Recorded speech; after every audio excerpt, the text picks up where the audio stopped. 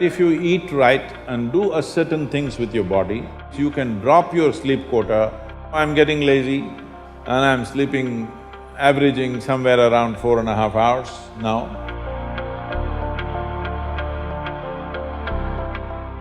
What type of food we should eat so that our life reaches its full potential for a college or a school-going student? So what kind of food? We must understand this.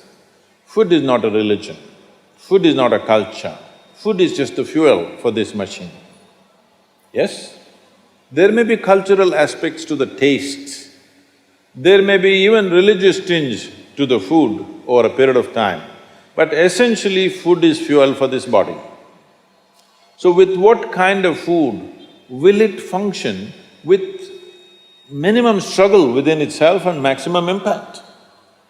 So suppose you buy a petrol car and pump diesel into it, it may still roll around but not at its optimum. Similarly, various foods you can eat and still somehow it functions. But those communities which have eaten with care, you can clearly see a distinct difference in the way they function, the levels of intelligence and whatever.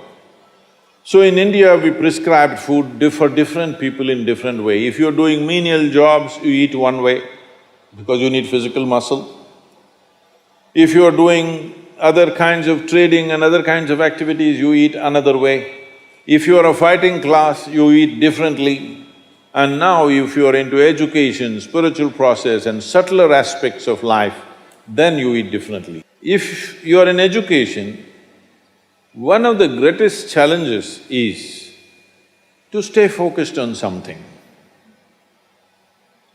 The goddamn textbook, I'm sorry. The wonderful textbook that is written for an average intelligence. It's a common prescription. It's not written for the brilliant student. It is written in a way that it's a common prescription, everybody gets it. But that textbook, how much effort it is taking for a whole lot of people? How they have to read it 10 times to get it? But you lie down in your bed and read a love story, you remember every word, huh? Yes or no?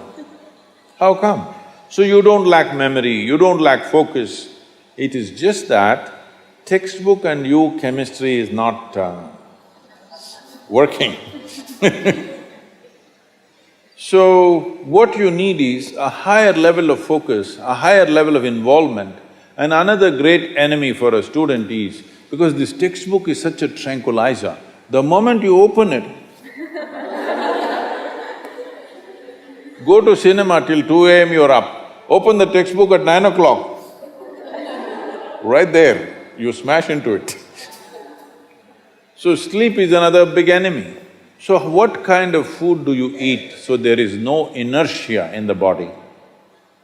In yogic way of seeing things, we are looking at tamas, rajas and sattva. Tamas means inertia, rajas means activity but no balance, sattva means absolutely balanced kind of energy.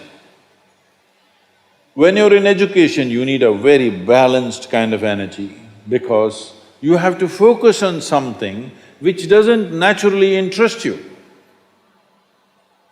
It's not something with which your chemistry is gelling. If your chemistry is gelling, you are always focused on that one, isn't it? Here there's no chemistry, but you have to focus on that. For this you need a balance and a steady mind. For this you need to eat in a certain way.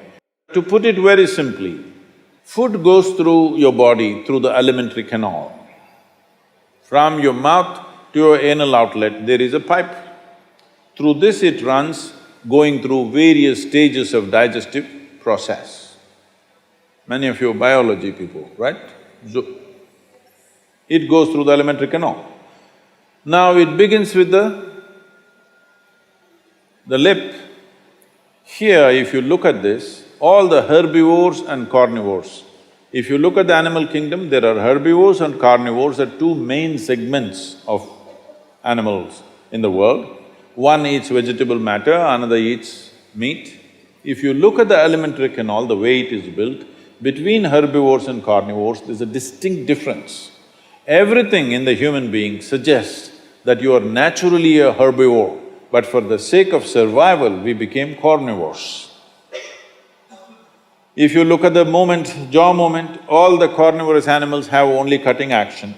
Herbivores have cutting and grinding action. There are molars, but carnivores don't have widespread molars, they have just incisors, canines, and everything looks like cutting teeth. So they do only this. All the herbivores do grinding. What do you have? Both. So you are supposed to chew your food. Why you are supposed to chew your food is you have enzymes in your saliva where if you take a little bit of raw rice and put it in your mouth just for a minute, you will see it turn sweet right here, because right here carbohydrate is being converted into sugar, right here. So if you eat properly, then we say about 30 to 50% of your digestion should happen in your mouth. So this part of the digestive system is expecting half digested food or partially digested food. But right now the way we're eating is mostly we're putting not only undigested food, but partially destroyed food. So the amount of food that you need to get the same amount of energy has increased. You're eating much more food than what you should eat to generate that much of energy. Because of that, there is inertia in the body, because it has to process so much more food than what it should, there is inertia. Once there is inertia, your sleep quota increases. How many hours do you sleep on? Hello? 8 hours. You're going by the prescription, huh? See, this is not that you must deny yourself sleep, that's not the point. But if you eat right and do a certain things with your body, you see very effortlessly, within 3 to 4 weeks, you can drop your sleep quota anywhere between 2 to 3 hours. 1.5 to 3 hours very easily you can drop if you just eat consciously and just learn to sit properly, just the posture, your geometry of the body and what goes into the system. If you just manage these two things, you will see sleep quota will just come down like that. Just to tell you, for over 25 years, I have largely managed with an average of 2.5 hours of sleep. Now I'm getting lazy and I'm sleeping, averaging somewhere around 4.5 hours now, but 7 days of the week, okay? 365 days, non-stop, on, almost every day. My daughter didn't call me for a month. I asked, what the hell is the problem with you? Why are you not calling? She said, every 6 hours you're in a new city, what the hell I'm supposed to do? So I said, okay, which is true. In one day, sometimes we're doing 3 cities, so it's a non-stop activity. And today, many people around me have learned to do this. Over 100, 150 people around me are doing this kind of activity, averaging 4 hours sleep and 7 days of the week, they're on, all the time. And they are not irritated, they are not frustrated, they're joyful and they're wonderful. Why this is this? There are many aspects to this, but one important aspect is food, how you eat. Not only what you eat, how you eat is also very important, because food is a live thing. One simple thing all you girls can do is just see various health issues and inertia issue, focus issue, just bring 40 to 50% of the food in its raw form, that means it's alive. It must be a live cell, it can be a vegetable, it can be a fruit, it can be a nut, it can be sprouted gram. At least 40 to 50%, the food that you eat must be alive. You eat dead food and you want to live, this is a little difficult thing to do, because you have to raise the dead now. But if you eat live food, one thing you will see is the state of your mind, your focus and your sleep quotas, and above all, staying awake is not good enough, you have to stay alert, isn't it? How alert you are, how focused you are, only to that extent everything yields to you in this world, isn't it so?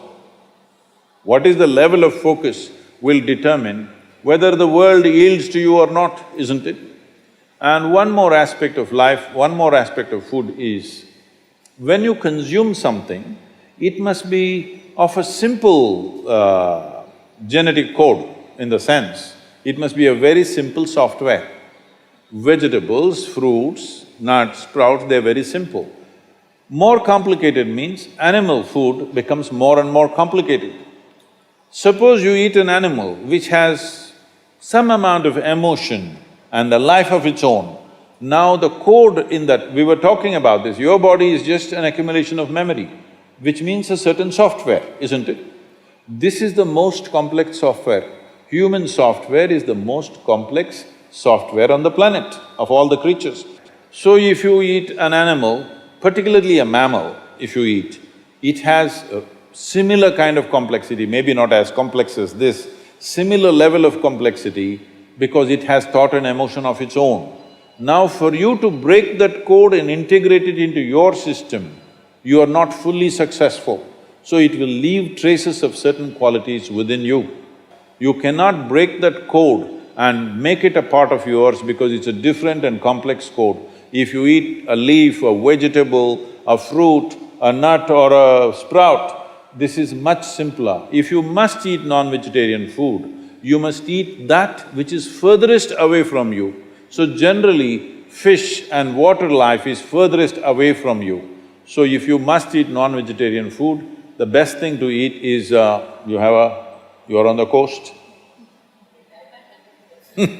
Fish is the best thing to eat that way.